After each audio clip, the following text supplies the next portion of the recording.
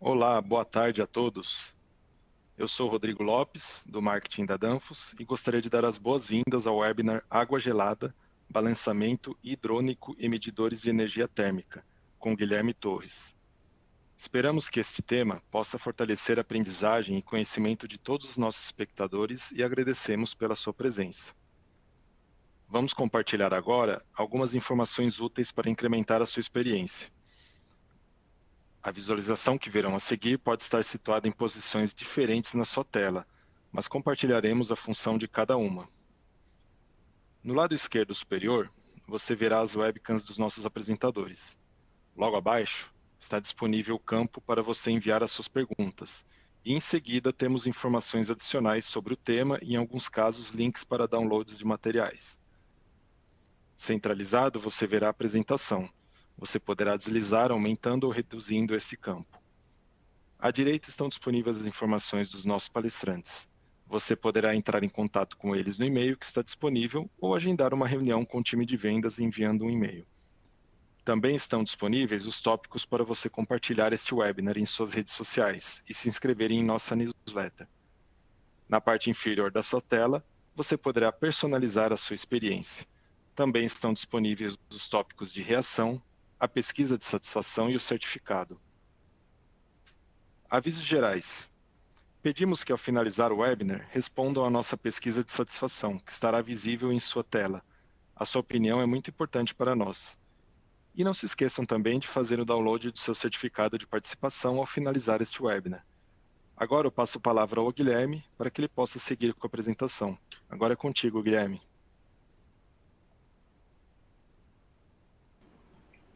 Boa tarde a todos. Hoje vamos falar um pouquinho aqui sobre balanceamento hidrônico, controles hidrônicos, né, para sistemas com água gelada, água quente. Espero que vocês aproveitem bastante. Se vocês tiverem alguma dúvida durante a apresentação, vocês podem deixar aí no chat, que a gente vai respondendo, ou à medida do possível a gente vai deixar para o final e responde todas as perguntas no final. Beleza? Espero que vocês aproveitem, que seja uma ótima apresentação para todos aí. Então, vamos começar. Bom, por que um sistema hidráulico é importante? Né? Quando a gente fala de distribuição de água, o principal foco que a gente tem é a questão do balanceamento e o controle das redes, né, das redes hidrônicas. E é disso que a gente vai falar. Para garantir essa distribuição correta de água, a gente basicamente utiliza do controle e do balanceamento.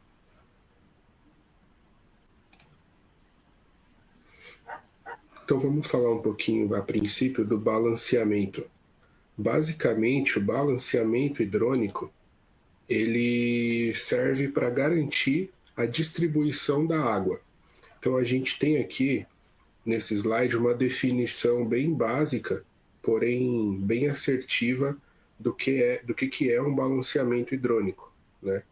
Então a gente pode dizer aqui, que um sistema está em equilíbrio hidrônico quando em qualquer situação de carga térmica todas as unidades consumidoras recebem a vazão para as quais foram projetadas, certo?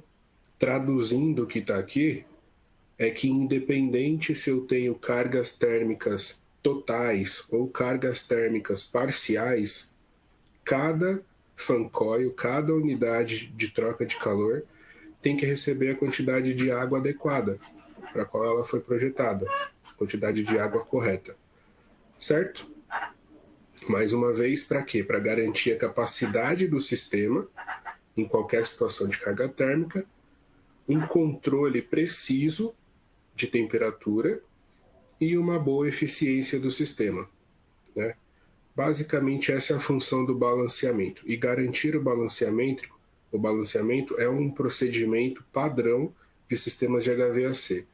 Então, o balanceamento não é uma atividade que pode ser negligenciada, ela tem que ser realizada durante o comissionamento, antes da entrega de qualquer instalação, certo?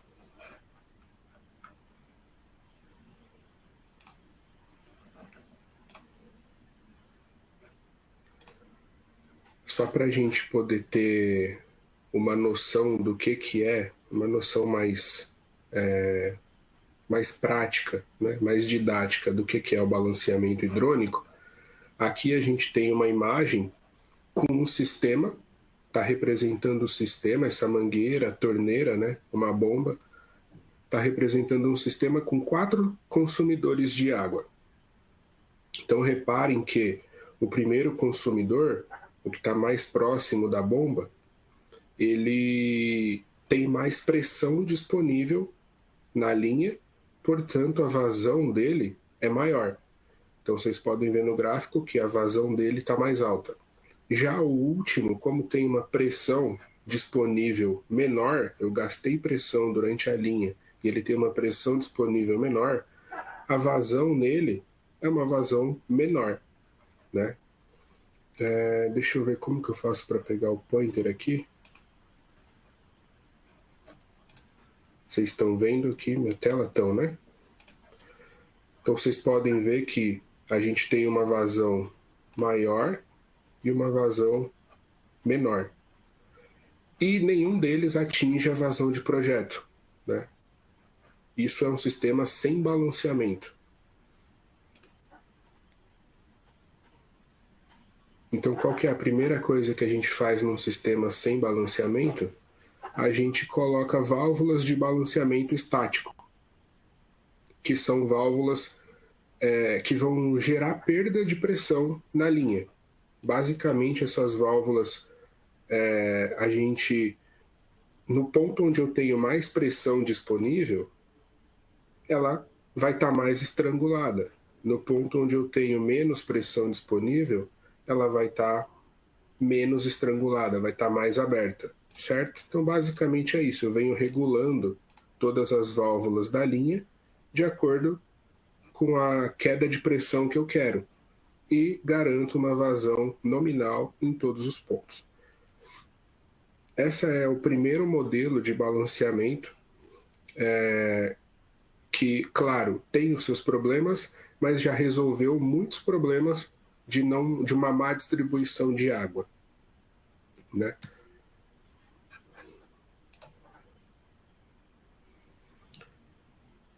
E aí a gente vai falar, explicamos o conceito sobre balanceamento, como fazê-lo, e agora o conceito de controle. Quando a gente fala de controle, a gente pode ter 2 tipos de controle, né? O sistema de controle por válvula 3 vias, que é esse que está na tela.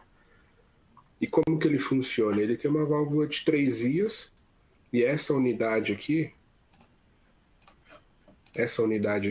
é o forçador, é o fan coil, né? Então eu tenho água gelada chegando na válvula. Se eu tenho carga térmica, temperatura alta no ambiente, a válvula deixa a água passar e a água entra no fan coil para trocar calor. Se eu bati o set point no fan coil e não preciso mais trocar calor, a válvula 3 vias simplesmente desvia o fluxo de água, não deixa a água passar para o fan coil e joga ela de volta na sucção, certo?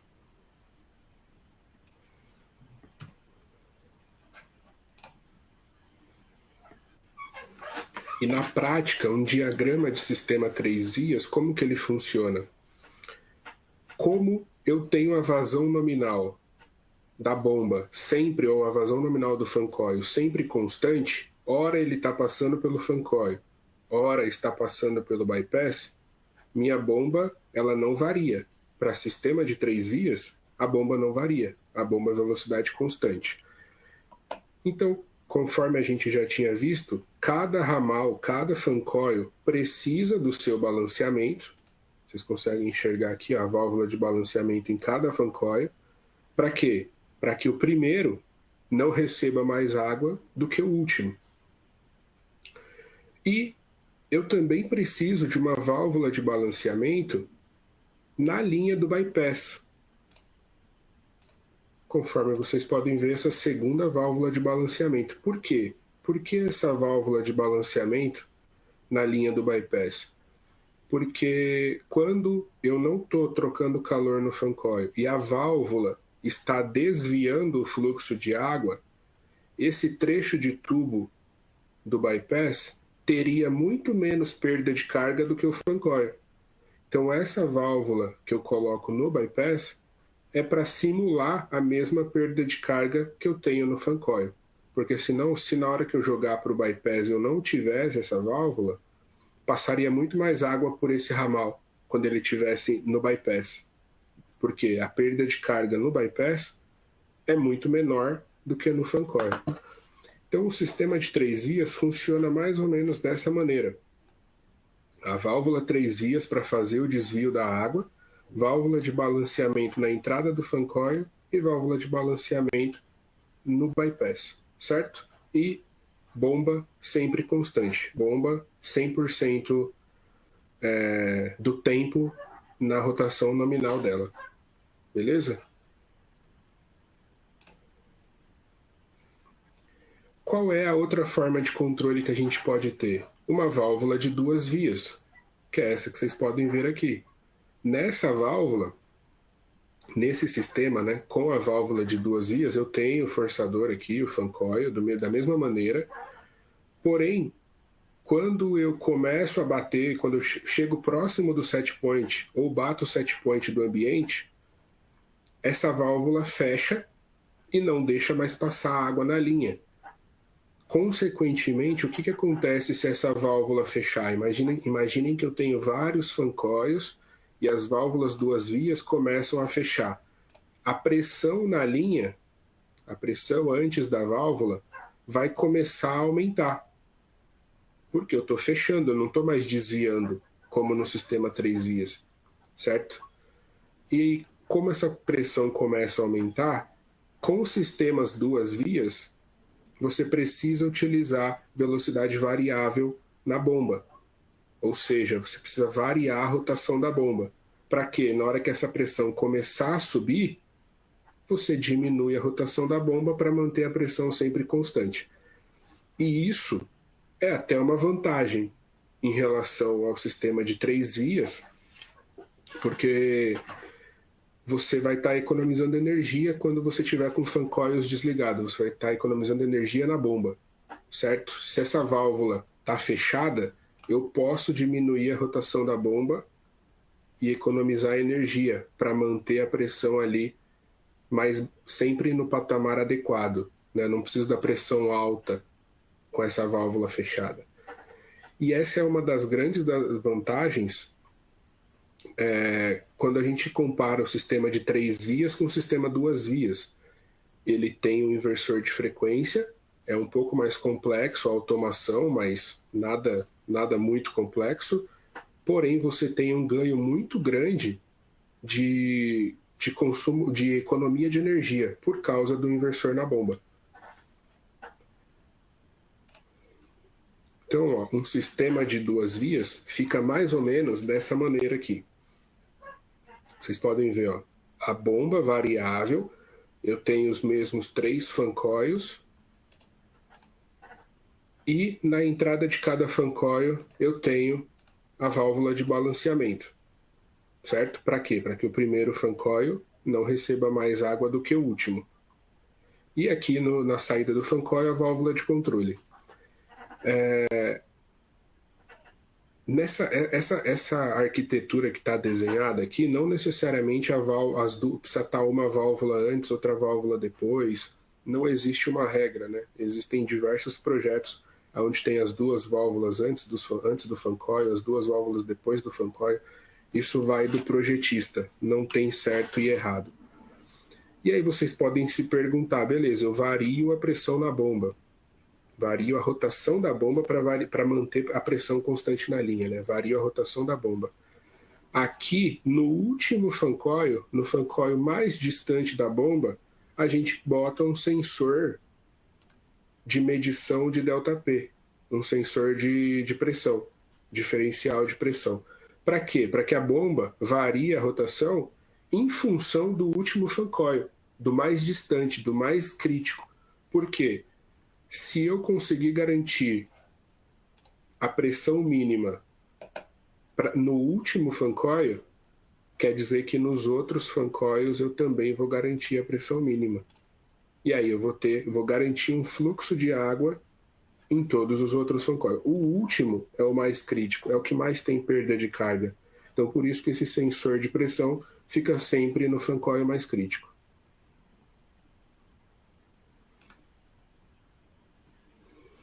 Então basicamente o sistema de duas vias ele tem os seus ganhos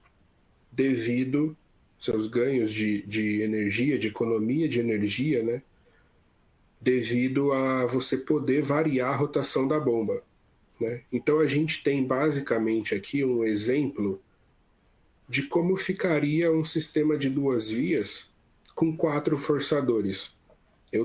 Reparem que é muito parecido com o do exercício. Eu tenho a válvula de controle que vai abrir ou fechar o fluxo de água nesse fan coil e tenho o balanceamento também. Então, válvula de balanceamento, válvula de controle. E eu tenho uma distribuição de pressão, que segue esse diagrama aqui de baixo.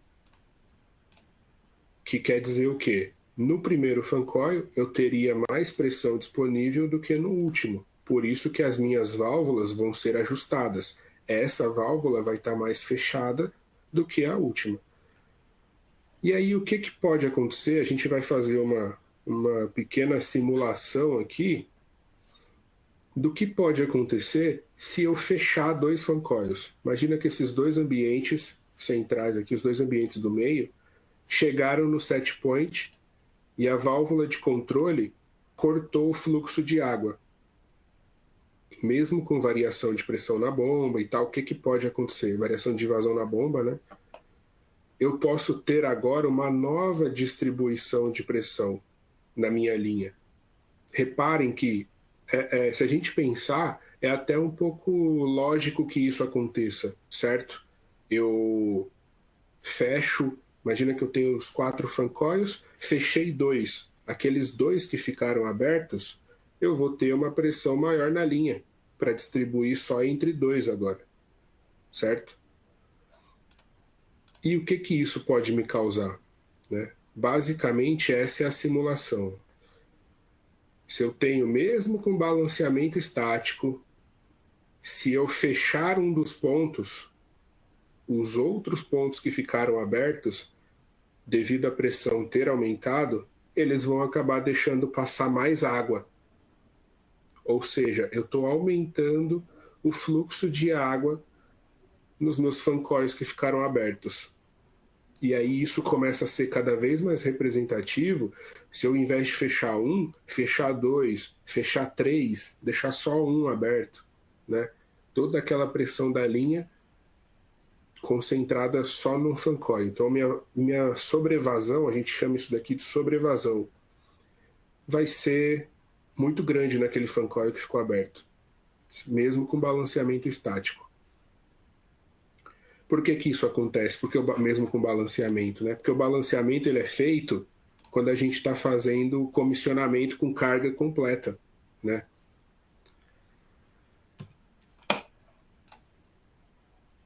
Então, a gente viu no slide anterior que a gente vai ter uma sobrevasão naqueles fan coils que a gente deixou, que ficaram abertos, né? Os fan coils que ficaram abertos vai estar passando mais água. E a princípio a gente pode pensar, né? Mais água, tudo bem, vai trocar calor mais rápido. Não necessariamente. Esse gráfico aqui, por que sobrevasão no fan coil pode ser um problema, né? Esse gráfico, ele é um gráfico de um forçador, de um fan coil. E ele segue o fan coil, né? Ele segue um projeto de troca térmica. Ele tem um ventilador, uma vazão de ar, ele tem um aletado, uma área de troca do aletado, e ele é projetado para uma vazão de água dentro da serpentina, levando em consideração todos esses fatores. Então, o que, que esse gráfico mostra para a gente? Se vocês olharem aqui, ó, esse ponto vermelho no gráfico, ele está mostrando que o projeto do fan coil eu tenho 100% do fluxo nominal do fan coil para me dar 100% de troca térmica pelo qual ele foi projetado. Se eu aumentar a minha vazão para 160% e cair nesse ponto azul aqui, quer dizer que eu aumentei para 160% minha troca térmica? Não, pelo contrário, eu aumentei em 10% a minha troca térmica. E qual o problema disso? Eu estou gastando muita energia e não estou conseguindo trocar mais calor. Estou gastando muita energia, jogando energia fora na bomba e não estou conseguindo trocar mais calor. Não quer dizer que eu vou baixar a temperatura mais rápido, entendeu?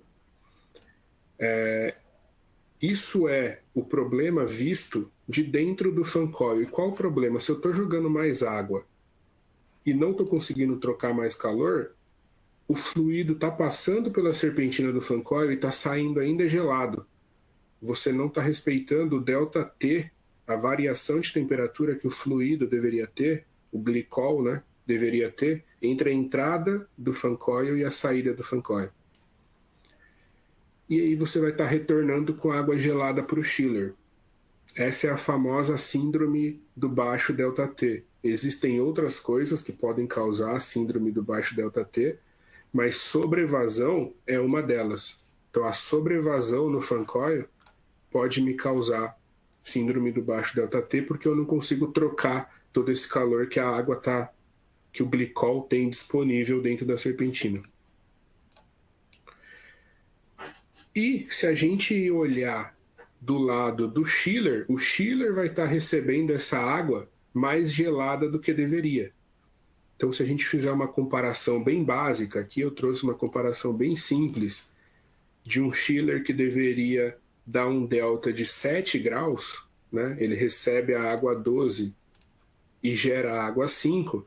Se ele recebesse a água 2 graus mais fria do que o projetado, né? Então, se esse chiller ele tinha uma capacidade nominal de 200 TR, recebendo a água 2 graus mais gelada do que deveria, a capacidade que a instalação pode retirar do chiller cai de 200 TR para 144 TR. Ou seja, eu comprei um chiller, montei uma infraestrutura para conseguir os 200 TRs, conseguir fazer trocar calor 200 TRs dentro do meu ambiente, dentro do meu prédio ou da minha fábrica, dentro do meu processo. Só que eu não consigo extrair 200 TR dele, só consigo extrair 144 TR. Por quê? Porque eu estou com sobreevasão. A água está voltando gelada para o chiller. Certo? Então isso é um problema que a gente pode enfrentar esse tipo de problema, né, de baixo ΔT, síndrome do baixo ΔT ou sobrevasão nos forçadores em qualquer tipo de instalação, seja ela predial, seja ela industrial, seja ela comercial. E aí como é que a gente faz para resolver isso, né? Porque o balanceamento estático já se provou que ele vai funcionar bem em carga plena. Mas imagina numa instalação como essa da imagem, que eu tenho mais de 100 forçadores hidrônicos, né? Mais de 100 fan coils. Eu posso acabar...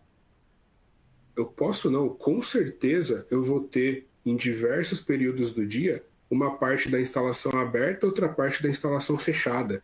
E não necessariamente os mesmos pontos, né? Então, como que eu faria para fazer o balanceamento adequado disso, sem garantindo que não tenha sobrevasão, né? Sem correr o risco de que tenha sobrevasão? Como que eu poderia fazer isso, né? Então, a Danfoss tem as nossas válvulas que a gente chama independentes de pressão, né? Basicamente, o que são essas válvulas? Elas são válvulas de balanceamento parecidas com aquela do início, só que ao invés de ser balanceamento estático, ela faz o balanceamento que a gente chama de dinâmico ou independente de pressão. Só para vocês entenderem mais ou menos como que é o funcionamento desta válvula, é como se ela tivesse duas válvulas dentro dela, uma aqui em cima e outra aqui embaixo perto dessa mola. E aí eu posso trazer para esse diagrama aqui do lado direito, né? Eu tenho como se fosse a válvula principal que está fazendo o controle, e eu tenho essa válvula secundária. O que que ela faz? Ela fica monitorando a pressão na entrada e na saída da válvula principal. Ou seja, se ela percebe, vamos trazer de novo aquele exemplo, né? Eu tinha 4 fan coils, 2 fecharam. Então a pressão na linha aumentou, certo? Se essa válvula percebe que P1, pressão de entrada, aumentou, ela se modula para que P2 também, ela fecha para que P2 também aumente. Ou seja, o delta entre P1 e P2 vai ser sempre o mesmo. Eu posso ter com que P1 aumente, mas P2 vai aumentar junto. Então o delta vai ser sempre igual. E por que eu quero o delta sempre igual? Vocês podem ver aqui essa fórmula é uma fórmula que rege a vazão em função do ΔP. Né? O KV é um valor fixo da válvula, é um valor fixo que uma vez que você setou o KV, uma vez que você definiu o KV, ele não muda. Então, se eu consigo, o KV não muda e eu consigo garantir um ΔP sempre constante entre P1 e P2, quer dizer que minha vazão nunca vai mudar. Minha vazão também vai ser sempre constante, certo?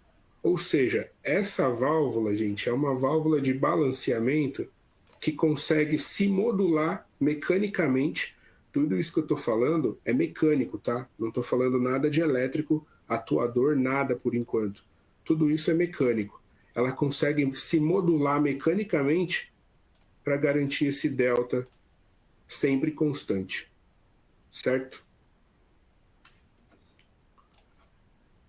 Então, basicamente, eu tenho aqui esse exemplo. Se eu fecho os pontos de consumo, eu posso fechar todos os pontos de consumo, deixar só um ponto aberto.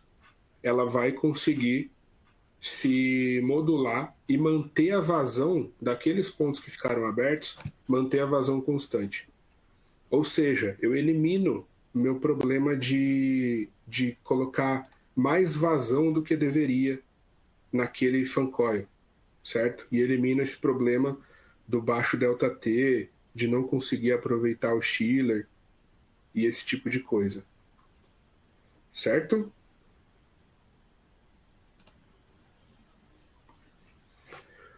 Qual a outra vantagem, hein, dessa válvula?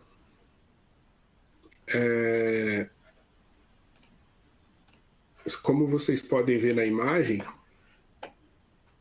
numa configuração comum, né, numa instalação comum, eu precisaria de uma válvula para fazer o balanceamento estático e uma válvula para fazer o controle. Ou seja, faço o balanceamento para garantir a distribuição e o controle conforme a temperatura. Na nossa válvula independente de pressão, que é a válvula BQM, ela é, além do balanceamento, você já consegue fazer o controle nela. Se você quiser usar ela só como balanceamento, pode, mas você já tem a possibilidade de incluir um atuador, que você teria que incluir nessa válvula de controle comum. Você pode incluir um atuador e fazer balanceamento e controle na mesma válvula. Então você reduz de 2 válvulas para uma única válvula, certo? Então, além dessas vantagens na instalação, né, você tem muitas vantagens com relação a dimensionamento, né? Porque Com essa válvula BQM, a solução já vem integrada, o dimensionamento e o comissionamento é muito mais fácil, muito menor, né? E vai garantir o balanceamento em todas as cargas térmicas. Aqui, ó, tem uma imagem que eu gostaria de mostrar para vocês. Esse daqui é um modelo de válvula BQM nosso. E normalmente como que a gente está acostumado ou como é realizado o comissionamento de válvulas de balanceamento comum, né? A gente tem que fazer um cálculo para descobrir qual é o KV ou qual é a perda necessária que aquela válvula tem que dar para manter meu balanceamento o melhor possível, né? Então você tem que fazer esses cálculos e levar na hora do balanceamento todos os seus resultados para colocar a perda correta, a perda de carga correta na válvula. Na BQM, como ela é independente de pressão, ou seja, ela consegue modular para manter o ΔP sempre constante, você pode fazer esse ajuste simplesmente pela vazão. Então vocês podem ver aqui, por exemplo, nessa imagem, que aqui em cima da válvula vem escrito uma vazão nominal. Nesse caso aqui, ó, é de 1.100 litros por hora, certo? E como que ela funciona? Se o meu forçador, se o meu fan coil é de, por exemplo, vou chutar 550 litros por hora, eu simplesmente pego essa setinha aqui, ó, da válvula e coloco no número 5, que é 50% de 1.100 litros por hora, ou seja, o comissionamento dela é extremamente mais fácil e muito mais rápido do que o comissionamento do balanceamento estático, do balanceamento comum, né? Dá para você deixar a válvula já setada, já configurada no momento da instalação, entendeu? Já deixa ela configurada no momento da instalação, tudo bonitinha para a vazão correta que ela tem que dar para aquele fan coil.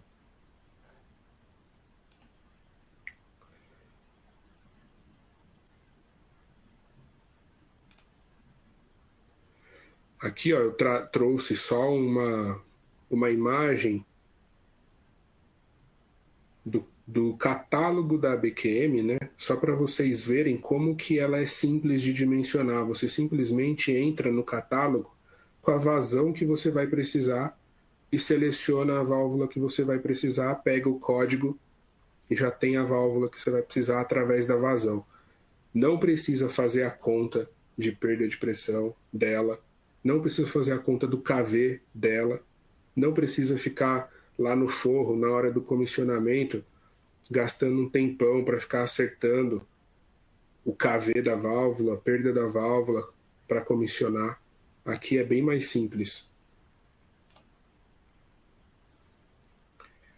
E aí, com relação à BQM, né, aqui tem do lado esquerdo aqui tem uma foto dela num fan coil, né? E aqui vocês podem ver, a Danfoss tem esse kit, a Danfoss vende esse kit aqui, ó, inclusive com os flexíveis já até montado. Esse kit todo que já vem até isolado. É só você prender no fancolete. Vem esse kit de válvulas de serviço, um filtro, um dreno, a válvula. A única coisa que você tem que pedir separado é o atuador, né? Porque o atuador pode ser... tem diversos modelos de atuadores, né? E os flexíveis vêm juntos. Você pede separado, mas pode vir nesse kit junto também. E qual a grande vantagem, então, para a gente fazer um resumo da ABQM, né, ou válvulas independente de pressão? Quando a gente tem um sistema sem balanceamento, a gente tem os pontos consumindo todos de forma inadequada, cada um uma vazão. Quando a gente faz o balanceamento estático,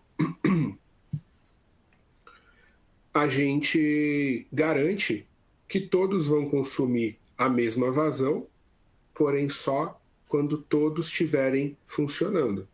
E no balanceamento dinâmico, com a BQM, a mesma coisa. Todos vão consumir igual quando tiver tudo funcionando.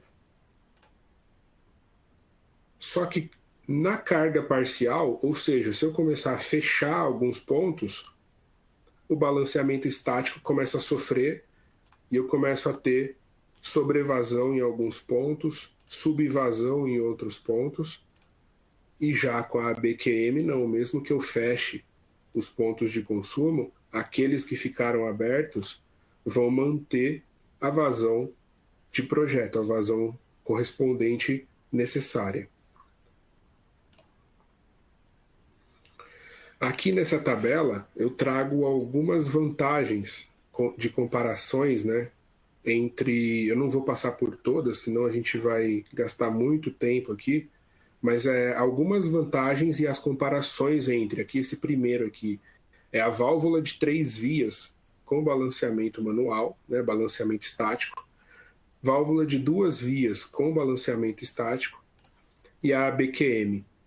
Então, vamos falar do quesito dimensionamento, né? Válvula de 2 vias, por exemplo, comum, é muito difícil de você conseguir fazer um selecionamento. Você tem que garantir a perda, e na hora que você modula a bomba, modula a vazão, aquela perda já não é a mesma. Você tem que calcular a autoridade da válvula para garantir que ela vai fazer um controle preciso em todas as faixas de operação. Quando ela estiver quase toda aberta, ela tem que ter um bom controle. Quando ela estiver quase toda fechada, ela tem que ter um bom controle. Então é muito difícil você fazer esse dimensionamento, até da 3 vias também, né? A ABQM, como ela mantém aquele ΔP sempre constante, a autoridade da válvula é sempre a mesma em qualquer faixa que ela estiver sendo aplicada. Mais aberta ou mais fechada, a autoridade dela é sempre de 100%. Então o dimensionamento facilita muito, né? Questão de investimento. Já começa que na questão de investimento, né, a válvula ABQM você vai estar trocando 2 válvulas por uma. Então já começa que o custo cai quando você troca 2 válvulas por uma. E outra, válvulas 3 vias costumam deixar o sistema mais caro, porque a válvula 3 vias normalmente é mais cara e você ainda tem que usar 2 balanceamentos, né? Lembra, um balanceamento no ramal principal, que vai atender o fan coil, e outro balanceamento no bypass. Então, quando comparado a BQM com válvula 3 vias, ela ganha bastante. No comissionamento, a BQM ganha das duas na mesma proporção, porque as duas você teria que fazer o comissionamento, né, e garantir lá aquele cálculo que eu falei, aquela perda de carga na válvula de balanceamento, que é muito difícil de fazer esse comissionamento, né? Para quem já fez comissionamento, sabe o quão complicado é. Você começa pelo primeiro fan coil, quando você chega na metade, aquele primeiro já não está mais como você deixou, porque você está mexendo em todas as pressões da linha, né? Com a BQM, você só ajusta a vazão do projeto, ela vai manter aquela vazão. Na questão de eficiência, a BQM ganha da válvula 3 vias porque ela pode modular a bomba, né? E ganha da válvula 2 vias porque você não vai ter sobrevasão. Você não vai estar gastando dinheiro na bomba, rodando a bomba quando você não precisaria, porque você está sempre com a vazão correta. Na parte de controle, como eu falei para vocês, devido a esse controle da variação de pressão, do ΔP da válvula, o controle é o mais preciso possível. A autoridade é a mesma em todas as faixas da válvula, né? Então ela tem autoridade de 100% em toda a operação dela. Isso garante um controle muito mais preciso do que a válvula de 2 vias ou até a válvula de 3 vias, né? A válvula de 3 vias basicamente é um controle simples, né? Funcional, mas você está jogando energia fora. E na válvula 2 vias, quando você começa a fechar ou abrir a válvula, você já mudou aquelas condições de autoridade para a qual a válvula estava programada, né? Então, na ABQM, ela consegue ganhar das duas por causa da autoridade de 100%. Certo?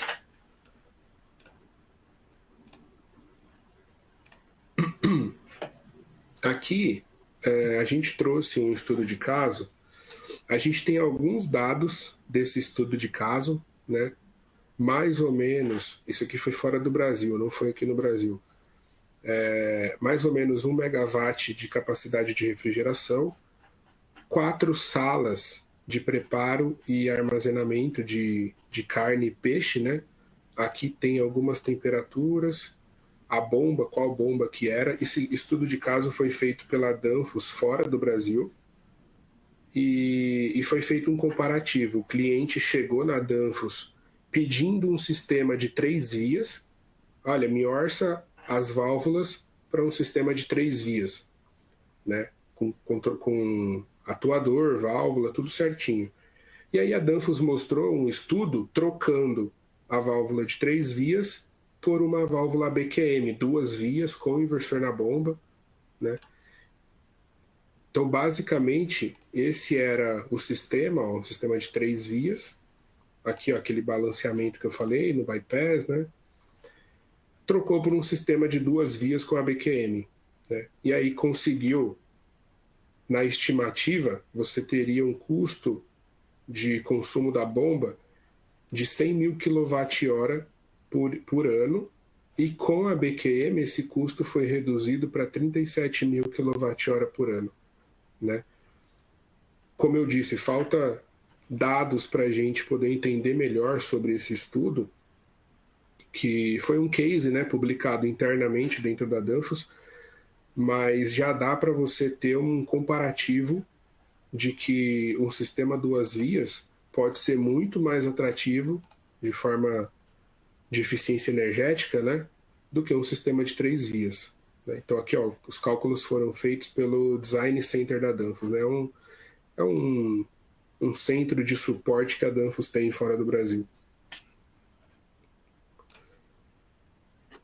Então, os principais pontos para fechar aqui, né, essa questão do balanceamento e controle, eu acho que a gente já discutiu bastante, né? Então, a ABQM basicamente é uma solução de 2 vias que oferece o balanceamento e controle preciso em todas as possíveis cargas térmicas, né? Garantindo a melhor eficiência do sistema, né? E quando a gente fala de garantir eficiência do sistema, controle de carga térmica e distribuição de água, principalmente quando a gente está falando de prédios comerciais, prédios comerciais, prédios verticais em geral, né? Onde você tem muitos consumidores que estão locando os espaços dentro do prédio. O que a Danfoss notou, né? Cada dia mais as empresas vêm pensando, além de fazer, né, o controle e balanceamento da rede hidrônica, como fazer um rateio correto de consumo de energia. Porque eu tenho lá em cima no rooftop lá um chiller que está fornecendo água gelada para o meu prédio inteiro, para o meu shopping inteiro. Então, beleza, eu coloco as válvulas de balanceamento, controle para deixar o sistema o mais eficiente possível, mas imagina no shopping, como que eu tarifo cada consumidor, cada loja ou cada ponto de consumo de acordo com a energia que ele está utilizando, de acordo com a quantidade de água gelada que ele está utilizando, né? E aí eu trouxe, né, para essa apresentação como um complemento os medidores de energia que a Danfoss tem para justamente ajudar. Normalmente quando a gente fala de projeto hidrônico para prédios comerciais, né, a gente já fala sobre tarifação de energia. Então, basicamente, a Danfoss tem medidores de energia térmica. Eles ficam instalados na rede hidrônica, ali na entrada do fan coil, para medir quanto de energia térmica aquele fan coil está consumindo, né? Então, basicamente, o funcionamento deles, como que um medidor funciona, né? Ele precisa, primeiro, medir a quantidade de água que está passando naquele ramal, a quantidade de água que está passando naquele fan coil, e precisa medir o delta de temperatura entre a entrada e a saída do fan coil. certo? Então, os medidores da Danfoss, a gente traz para o mercado uma tecnologia de medição ultrassônica, que é a melhor medição que pode ter. Ela não mede bolhas, ela tem uma medição muito precisa, e os sensores de temperatura para fazer a medição de energia, né? Então, basicamente, o funcionamento da medição de água, medição de vazão, ele solta um feixe ultrassônico e mede a velocidade desse feixe. De acordo com a velocidade, ele sabe a quantidade de água que está passando. Aqui eu trouxe umas vantagens dos medidores ultrassônicos quando comparado com o mecânico ou com o magnético, né? Então ele tem a vida útil muito mais elevada do que o mecânico, por exemplo. Ele não tem tantos... Claro, você não pode ter uma água muito dura, né? Uma água com muitos minerais, mas ele tem menos requisitos de água do que o mecânico, que pode entupir, pode incrustar. Você tem menos queda de pressão, porque o mecânico você tem uma hélice lá dentro, né? Então você tem muita perda de pressão. A precisão de medição do ultrassônico é muito maior, né? Então é muito melhor quando comparado ao mecânico. A instalação dele é muito simples, principalmente quando comparado ao magnético, você só precisa instalar na linha. Não tem manutenção. O magnético você precisa dar manutenção nos eletrodos. E ele pode ser alimentado por bateria, o que o magnético não pode, né? O magnético consome muita energia. O ultrassônico, dependendo da aplicação, você pode alimentar ele por bateria e a bateria dura tipo 15 anos, assim. Então, você pode ficar bem sossegado que a bateria vai durar muito e antes da bateria acabar, ele vai avisar para você, vai começar a apitar, acender, falando que a bateria está acabando. Aqui eu só quis mostrar um pouco a respeito. Existe uma norma, né, que diz que, uma norma europeia, que diz que os medidores de vazão é admitido até um erro de 2% na leitura, né? A Danfoss só admite 1%. Então, nossos medidores estão mais precisos do que a norma pede. Então, a Danfoss faz um pré-requisito aqui mais agressivo do que a norma, né? E aí cada medidor sai com um certificado único para ele, ou seja, todos os medidores são testados individualmente na Danfoss, na fábrica. Aqui eu trouxe uma imagem só para a gente entender mais ou menos como que ele faz essa medição exatamente, né? Como eu falei para vocês, aqui desse lado aqui eu estou gerando água gelada, né? Meu distrito gerando água gelada. E desse lado eu tenho meu consumidor de água gelada. Ou seja, eu instalo esse medidor na própria linha. Aqui ele está medindo o fluxo e internamente ele tem um sensor de temperatura. O outro sensor eu coloco na saída do fan coil. Então, com esse delta de temperatura entre a entrada e a saída, mais a vazão de água, ele consegue fazer a conta e saber quanto de energia térmica esse consumidor está consumindo. Ou seja, na hora de ratear, você sabe exatamente quanto cada consumidor consumiu de energia térmica real.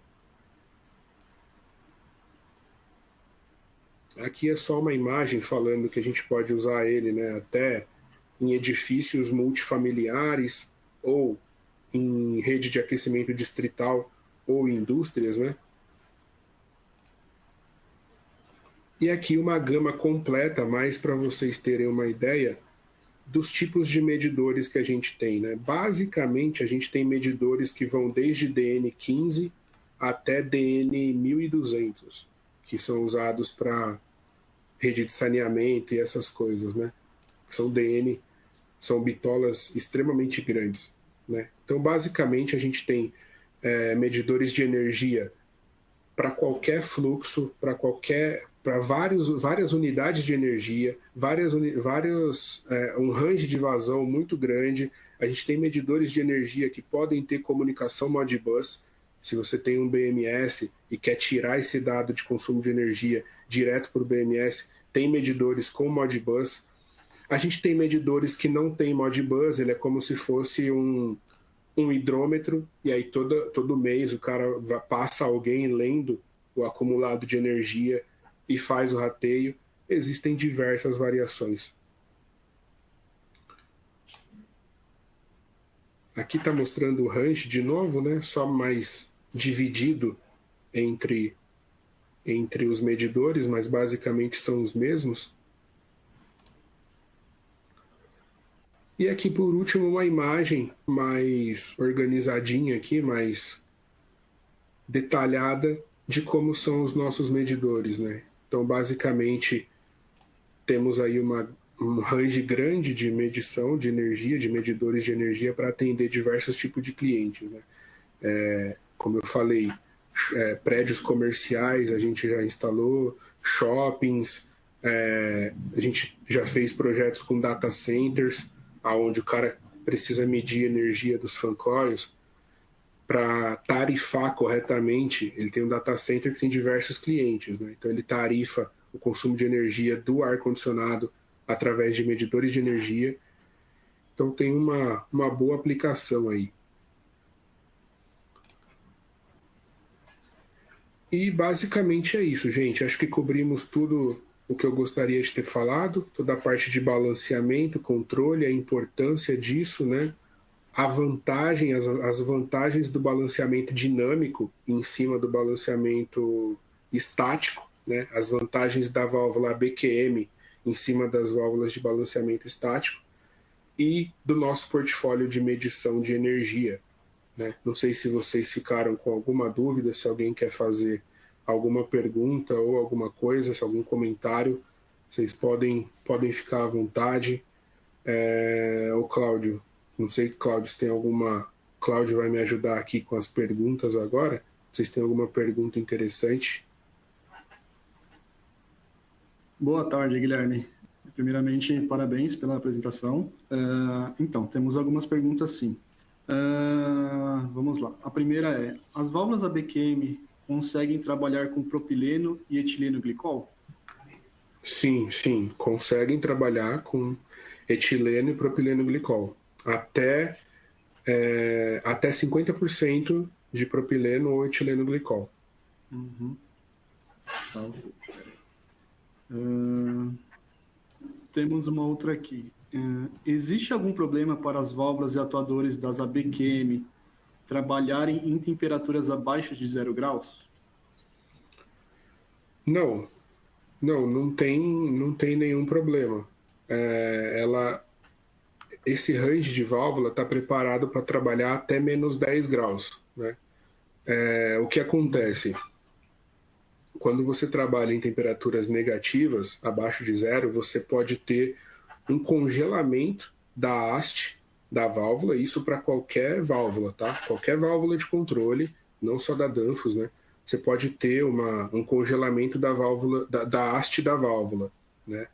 Então a gente vê muitas vezes os atuadores quebrando por causa do congelamento dessa haste. O que a Danfoss tem? A Danfoss tem um produto que, para quando você vai aplicar água com glicol, claro, né, abaixo de 0 graus, você coloca esse produto, é um aquecedor de haste. Você liga esse aquecedor de haste na válvula, ele vai manter a haste aquecida para que isso não aconteça, né? E ele é um produto bem simples, ele vai ligado na mesma alimentação que você vai levar para o atuador, então não causa nenhuma dificuldade assim na instalação, entendeu? Você consegue botar ele lá na válvula, ele vai aquecer, e o mesmo 24 volts que você ia usar para alimentar o atuador, por exemplo, você vai usar para alimentar ele. Entendi. Temos uma outra aqui. Acho que essa aqui é referente mais às válvulas de controle. Qual seria o tempo de abertura e fechamento das válvulas de controle? Tá. Depende bastante. Depende do atuador. A princípio, a gente parte do princípio, né, que o fechamento de uma válvula hidrônica, não pode ser muito agressivo, para você não dar golpes na linha, né? Principalmente se acabar fechando mais válvulas ao mesmo tempo. Então, o tempo pode variar.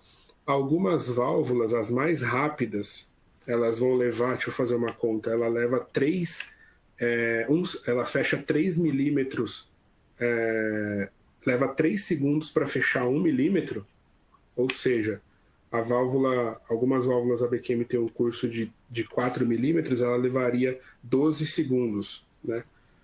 Outras têm mais tempo, então você tem válvulas que levam 24 segundos para fechar 1 milímetro. Então aí dentro desse range, diversos atuadores podem ter tempos diferentes, né? Eu falei os dois extremos aí, mas aí você pode ter diversos atuadores com diversos tempos. Tem alguns atuadores que você pode até setar esse tempo. Ah, a válvula está fechando muito lento, vou aumentar. Então você faz uma configuração no atuador para ele fechar mais rápido, entendeu? Ou fechar mais lento. Ah, está fechando muito rápido, vou fechar mais lento. Dá para fazer essa brincadeira aí. Entendi. Temos uma outra aqui, ó. As válvulas de controle e a BQM possuem comunicação Modbus? Sim, elas podem possuir comunicação Modbus. O atuador, na verdade, né, pode possuir comunicação Modbus. Assim como os medidores de energia, eu falei que tem comunicação, tem alguns com comunicação, né? As válvulas e os atuadores da ABQM tem alguns que podem ter comunicação. A gente tem os atuadores padrão, né? On-off, proporcional e os inteligentes, que é esses que vêm com Modbus. Entendi. Temos uma outra aqui, ó. As válvulas ABQM podem ser instaladas em ambiente externo? Tá. Depende. A gente tem diversos tipos de atuadores que podem ser instalados em ambiente externo. A maioria não. A maioria não pode. Depende do grau de proteção de alguns atuadores, né? A maioria não pode. Alguns podem, outros não. Teria que analisar o caso mais a fundo aí, o caso específico. Uhum. Vamos lá. Temos uma outra pergunta aqui. Referente aos medidores de vazão, teria alguma porcentagem de glicol que poderia afetar na precisão da leitura dele? Sim, na verdade, os medidores de vazão, como eles são focados no mercado de climatização, né, ar-condicionado, eles não podem ser operados com glicol, os medidores de vazão, e não podem ser operados com temperatura abaixo de 0 grau, né? Porque normalmente o rateio é feito no ar-condicionado, e aí no ar-condicionado você usa temperatura positiva normalmente, né? Aí que ele se aplica. Então, a questão não é nem o glicol, né? Porque você consegue corrigir, porque quando você coloca glicol, você muda a densidade da água. Você até conseguiria corrigir isso na conta que o medidor faz, mas não é indicado e ele não pode ser aplicado para temperaturas negativas. Entendi. E temos mais uma outra aqui. Qual seria o tempo para a calibração do medidor de vazão? Se tem algum prazo, algo do tipo, se vence a calibração? Na verdade, ele vem com certificado, né, de que foi testado e calibrado na fábrica, e aí a calibração recorrente vai depender muito do mercado que pede isso, né, a norma que aquele mercado atende, porque por funcionamento a Danfoss não indica, ele não perde calibração, né? Só que, por exemplo, indústrias automotivas têm que fazer calibração de medidores de vazão a cada 24 meses. Aí o cara faz a calibração, né? Mas como ele é muito preciso, né, a Danfoss não recomenda que você faça uma calibração periódica porque não é necessário, né? Entendi. Bom, no mais é só isso mesmo, Guilherme. Não temos mais perguntas. Beleza, gente. Agradeço aí a paciência e a audiência de vocês. Espero que tenha sido proveitoso para todos. Se ficou alguma dúvida, alguma coisa, vocês podem entrar em contato com a Danfoss. Tem um número do saque, o pessoal vai atender vocês. ou mandar e-mail para a gente, pode ficar à vontade. E qualquer coisa, estamos aí. Eu vou deixar vocês agora com o Rodrigo, para ele poder finalizar aqui nosso webinar. Perfeito, Guilherme. Muito obrigado. Esperamos que esse webinar tenha sido de grande valia para todos. E antes de nos despedirmos, queremos convidá-los a nos seguir em nossas redes sociais. Também os convidamos a se inscreverem em nosso canal do YouTube, Danfoss Brasil, onde vocês poderão encontrar algum dos nossos webinars gravados, cursos, treinamentos, lançamentos mais recentes e outras novidades. Em nosso site, colocando Revista Solutions na pesquisa, vocês também poderão encontrar a nova edição, onde poderão ver os casos de êxito, aplicação de produtos e novidades relevantes. Em continuação, apontem a câmera do celular no QR Code ao lado, para acessarem a nossa agenda de webinars em nosso site. Ou, caso prefira, vocês também podem acessar o site digitando em seu navegador webinar.danfoss.com.br e se inscrever gratuitamente em todos os webinars que quiserem. Para finalizar, se tiverem alguma dúvida, vocês podem entrar em contato pelo nosso serviço de atendimento ao cliente. Aproveito a oportunidade também para convidá-los a ouvir o nosso podcast Dribladores da Refrigeração. Novamente, agradecemos a sua participação e esperamos nos encontrar em nossos próximos webinars. Muito obrigado, até logo.